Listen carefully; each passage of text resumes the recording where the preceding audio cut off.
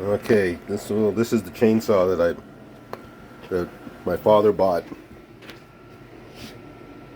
back in 2001 or 2 from some, or actually no, it would have been 99 anyways. Yeah, it was an 89 Husky.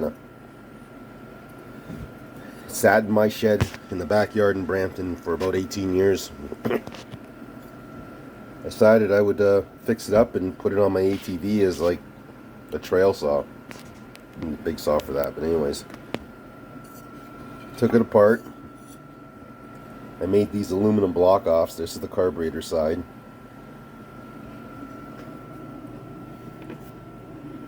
I used this rubber material to make a gasket.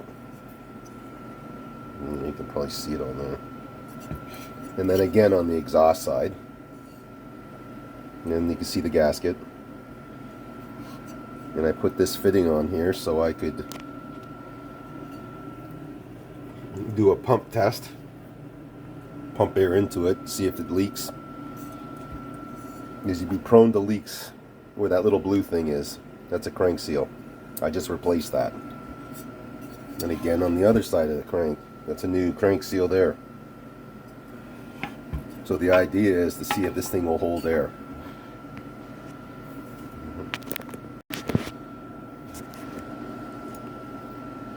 So I hooked up the pressure gauge and I got 10 psi. Okay. Now this is pushing air in.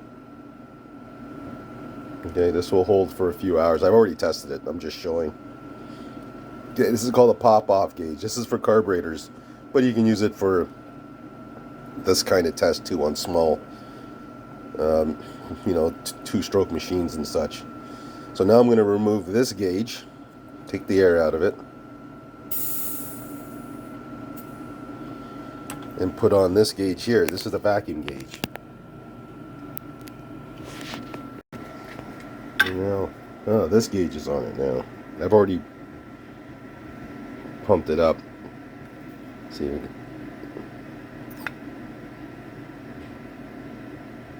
Okay, that's about 1 bar. So that's vacuum. This is sucking air out. When that holds, that means that there's no air being pulled in through those seals or through this head or that spark plug. I've already had this in the sink. If I pump it higher than that, it will draw. But this is enough to tell me that this thing is going to be airtight when it's running. So, yeah, that's that test. Okay, here's the carburetor for that chainsaw. Okay, I took the block offs off and cleaned up this port here because this is where that goes. It's going to go right there. Okay. Well, let's see if this is any good. I've already taken this thing apart and cleaned it up. Okay, there's a gasket here. There's another gasket here. Well, it's actually a diaphragm that goes up and down via a pulse line, which is that little tiny hole right there. When this piston goes up and down, it creates pressure, sucking air in and pushing air out. And that allows the fuel pump in this to draw fuel out of the gas tank, which is right here. So I'm going to test the fuel line and the carburetor. So first I'm going to do a vacuum test to make sure that no air comes in or out of this. It has to be airtight, just like a balloon. Okay, we'll do the test. Okay, the vacuum.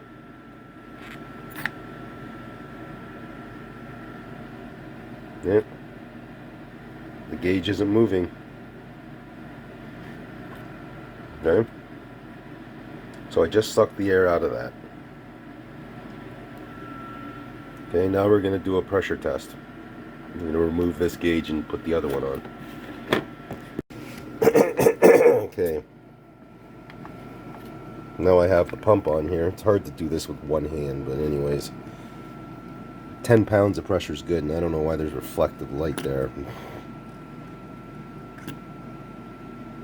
So I just pumped air into the carburetor.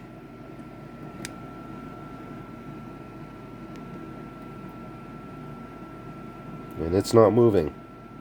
I've actually left this overnight. This carburetor is good, and that's the secret, is you got to have good fuel lines. Good. So let's test the fuel line that goes on this to make sure it's going to hold. All right.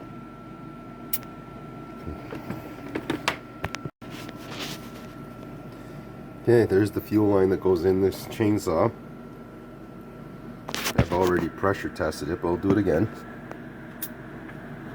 Okay, 10 psi.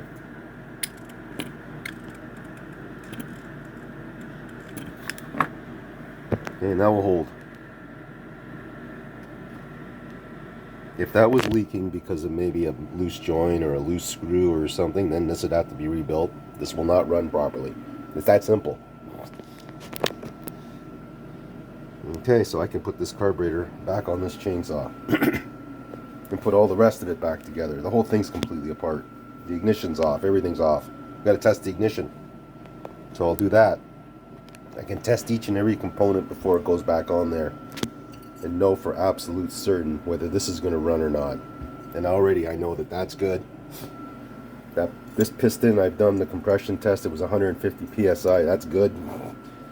I've tested everything with these gauges, so I don't have to put a single drop of gas in this for me to know it's going to run.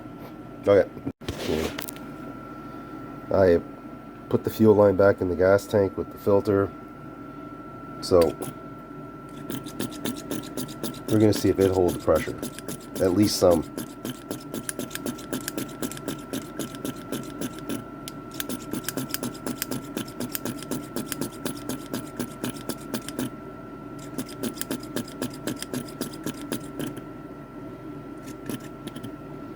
Yeah. Well, it holds the pressure, so it's not going to leak. Even the gas cap has to be tested. Everything needs to be tested. And that's why these little pumps are really handy. Okay?